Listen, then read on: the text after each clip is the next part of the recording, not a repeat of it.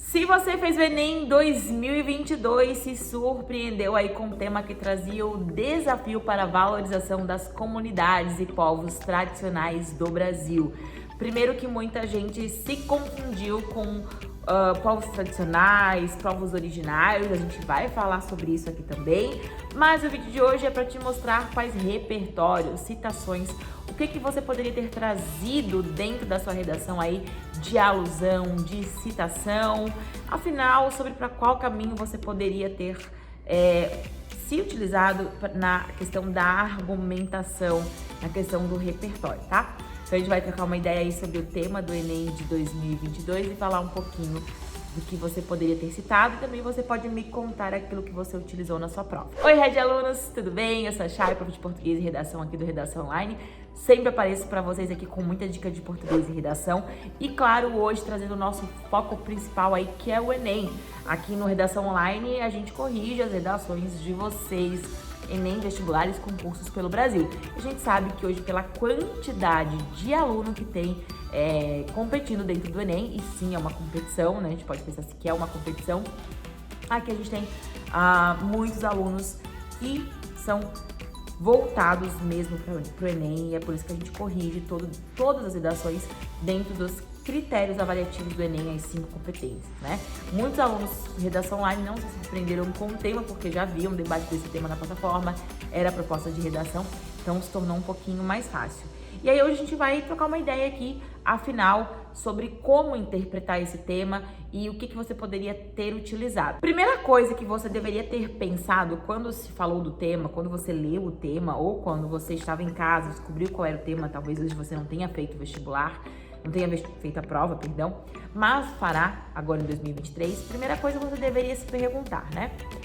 Por que existe problema para que esse povo, que essa comunidade tradicional seja valorizada?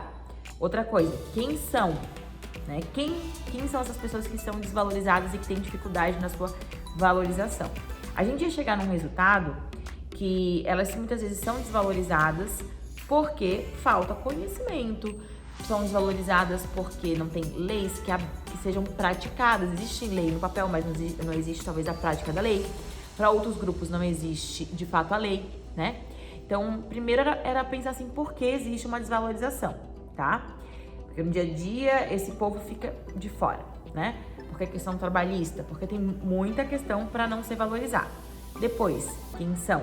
E dentro da prova mesmo trazia quilombola, ribeirinho, indígenas e outros, né? Então, primeiro é quem e eu acho que por quê. Aí, depois a gente vai entrar em possibilidades de repertório, que foram as que eu trouxe aqui pra vocês, né? Antes de tudo, eu quero que você também lembre assim. Povos tradicionais vem a questão do índio e a questão indígena em primeiro momento, tá? Mas não são só eles. A gente pode pensar assim que o índio, o indígena, ele é um povo originário, ele deu origem, tá, ao brasileiro, mas ele também é tradicional. Só que outros povos são tradicionais e nem por isso são originários, né? Ribeirinhos, quilombolas, tá? Vieram, se instalaram aqui, a gente tem, né, a questão dos quilombolas, os ribeirinhos, que é uma comunidade que tornou-se tradicional, tá?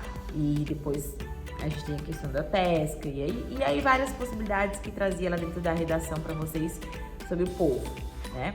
Mas só lembrar, porque muita gente falou só da questão indígena, talvez porque tinha mais conhecimento em relação às questões indígenas que foram debatidas também um pouco aí, principalmente nos últimos anos nas notícias, tá? Sobre repertórios, então, que a gente selecionou aqui para vocês.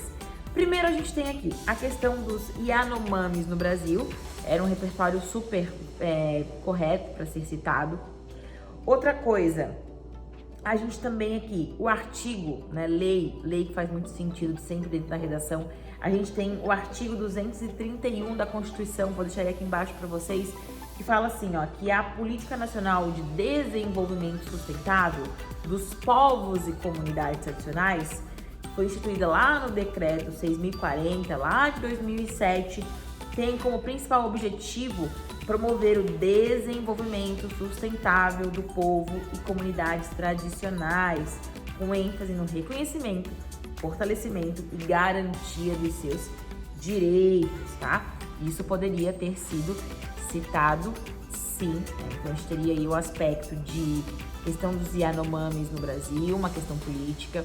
A gente teria o artigo 231 da Constituição, que traz a garantia da valorização e a garantia dos direitos. Quando eu trago e garanto direito para aquela comunidade, direito à educação, direito à moradia, direito à documentação, todos os direitos sociais, à saúde, né, à alimentação, à segurança alimentar, eu garanto a valorização. E a gente tem, por último, aqui nessa página que eu trouxe para vocês, a mudança do feriado, que saiu de feriado, né, o Dia do Índio, né, 19 de abril, o Dia do Índio. Não me lembro agora se é feriado, realmente, não tem lugar que não é feriado, mas é a data comemorativa do Dia do Índio para o Dia dos Povos Indígenas, né? Não o índio como hoje um personagem alegórico, inclusive essas questões de carnaval, de se fantasiar de índio. O índio é uma fantasia, não é? Dá uma grande discussão étnica e não é o que a gente vai fazer aqui agora, tá? Mas essa mudança também da nomenclatura Dia do Índio para Dia do Povo Indígena seria legal na hora de colocar lá na redação de vocês. Dois pontos também históricos que eu gosto muito, que é a chegada dos portugueses ao Brasil. Eu acho que essa data e esse momento histórico da chegada dos portugueses ao Brasil mostra que a gente veio e trouxe uma cultura europeia e já começou uma desvalorização do que tinha-se aqui de tradicional. E aí, quando eu falo isso, eu nem estou apontando assim especificamente que tem que ser o índio, mas essa questão do europeu ou a supremacia, né, brasileira, depois que chega aqui, europeia e enfim brasileira, ser o povo superior e desvalorizar o que seria índio, o que seria trabalho manual, o que seria tradicional, porque essa desvalorização tradicional começou desde a chegada dos portugueses ao Brasil. Seria uma perspectiva aí, tá? E o segundo ponto, que é junto com essa descoberta do Brasil, mas eu até anotei aqui, que é a carta de Dom João VI, né? Quando ele chega no Brasil em 1500, né? E Peru Vaz de Caminha, tá? Na frota aí, o escrivão da frota de Cabral, ele descreve o primeiro contato com os povos nativos. Então, essa descrição do povo nativo, né, faz muito sentido pra gente em relação aí àquilo que a gente vai citar. Ainda sobre lei, que eu acho que faz muito sentido, e depois uma citação para vocês, de lei tem um artigo 215 da Constituição de 88, que vai falar sobre que vai assegurar a proteção e as manifestações culturais indígenas, afro-brasileiras, povos e comunidades tradicionais. Então, 215 diz que o Estado deve garantir o exercício dos direitos culturais. E a gente sabe que na prática nem sempre esses direitos são garantidos, porque também existem os estigmas sociais relacionados e os preconceitos. E por fim, uma citação que eu teria utilizado, que eu acho que faz muito sentido e entrou super naqueles vídeos que a gente trouxe pra vocês de citações que cabem em qualquer tema.